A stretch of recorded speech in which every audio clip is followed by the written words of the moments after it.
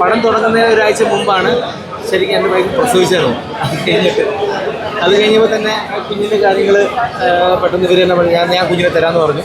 അങ്ങനെ ചടങ്ങുകൾ നമ്മൾ കുഞ്ഞിന് നൂലുകെട്ട് കാര്യങ്ങളെല്ലാം സെറ്റ് വെച്ച് തന്നെയായിരുന്നു.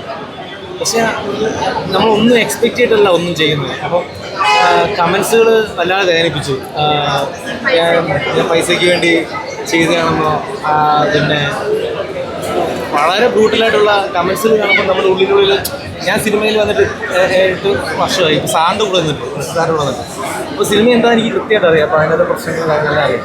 പക്ഷേ കമൻസുകൾ കാണുമ്പോൾ എൻ്റെ വൈഫിന് അറിയില്ല എന്താ സിനിമ. അവരാണ് എന്നെ കൊണ്ടുവന്നത്, എൻ്റെ വൈഫാണ് എന്നെ കൊണ്ടുവന്നത്. കമൻസുകൾ വരാണ് ഇത് കാണുമ്പോൾ നമുക്ക് ഉണ്ടാകുന്ന വേദന ഭയങ്കരമാണ്.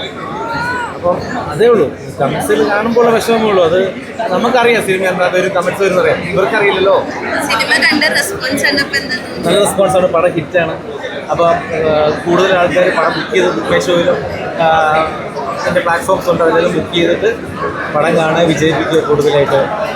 കുട്ടിയുടെ പേരെന്തോ? രുദ്രാക്ഷ്. ആൺകുട്ടിയാണ്, ബേബി ഗേൾ, നമ്മൾ ആൺകുട്ടിയാണ് കുട്ടി. രുദ്രാക്ഷ് എന്നാണ് പേര്. അപ്പോൾ എല്ലാവരും പടം കാണാൻ വിജയിപ്പിക്കുക. Thank you so much.